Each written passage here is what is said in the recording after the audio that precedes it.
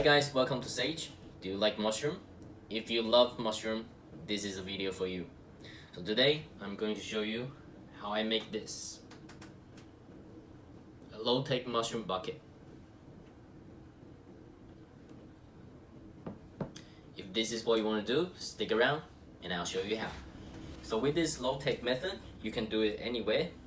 It doesn't take a lot of space, you don't need a lab, as long as you do your sanitization properly. And this bucket here is oyster mushroom, which I made about 4 weeks ago, and as you can see, it's already producing. I should be able to harvest it in a few days. So let's now go ahead and see what we need to do this project. So this is what you need. I have a 10-liter pot here to boil the substrate. I'm using hay today. And then the bucket, this is the home for your fungi. I got 2 buckets here and a lid. For cleaning, I have the chucks. I have disinfectant wipe to clean the table, hand sanitizer, and sanitization liquid. Make sure it's food grade. This is what I use to make mead, which is alcoholic drinks, which I'll be making a video in the future as well. Probably not ideal in this situation, but that's what I have. That's what I'll be using. I have some scissors, which I'll be cutting the substrate into smaller pieces. You need a drill and drill bits. For the drill bits, I'm using 5mm today.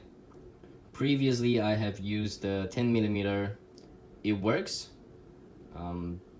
but using a smaller one to make holes on the bucket will reduce the evaporation of the water, so we don't have to add extra water so often.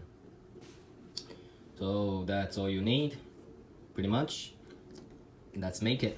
So here we go. I have cut the hay into smaller pieces. I do feel that this step is a step that you can skip, because it will work anyway. I just like to cut it so I can fit it in the bucket better.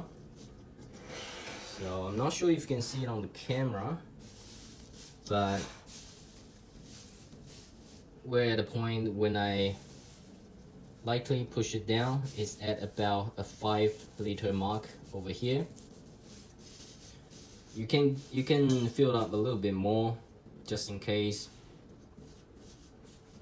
but that's what I'll go for today. So let's go and boil this. So previously I have been boiling it just like that with the lid, but the hay will float. This time I'm gonna try to put something a little bit of weight on top, see if it will submerge the haze into the water better. So now we're on to making holes for the bucket. The holes will provide airflow and also for the mushroom to grow out.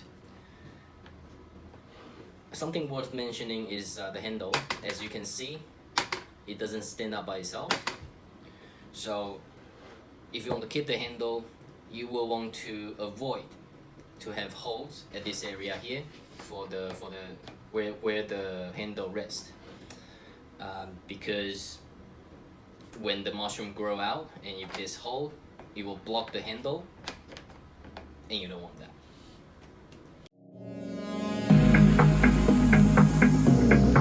So here I have about 10 holes, and that should be enough. Now we want to make the bucket clean.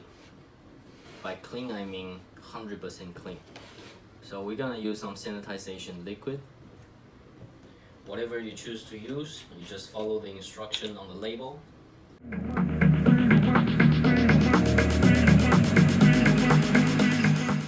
Get this, and then soak this in it. And I'm gonna wipe the area that is not covered by the sanitization liquid.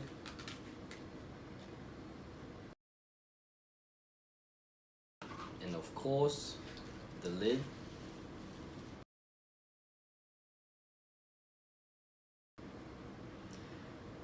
just close the lid.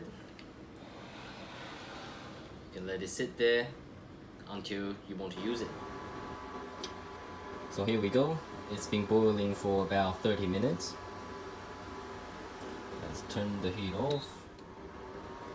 Now remember, I put a bowl in there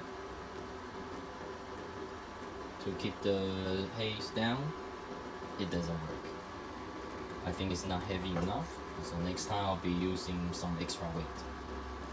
So now we just let it cool, and then I will mix it with the sponge of your choice.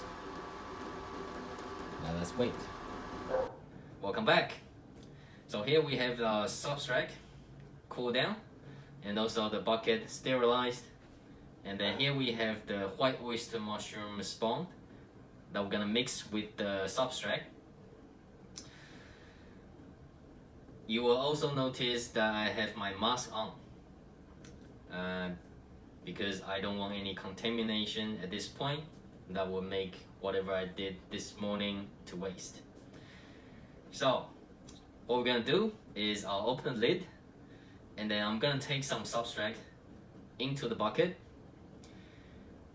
make a layer, and then I'm gonna break some of the spawn and put it in. So we're doing in layers.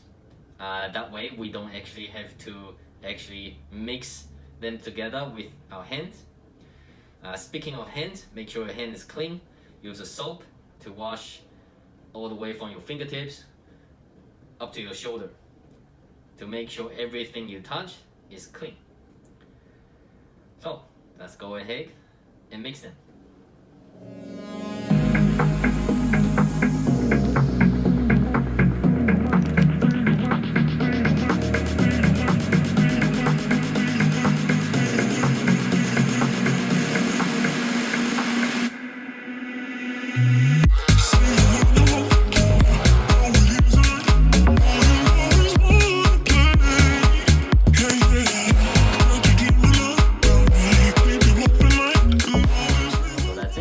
After we have done all this, we just keep the bucket in a safe and dark place, and we'll check back in about 3 weeks. See you later.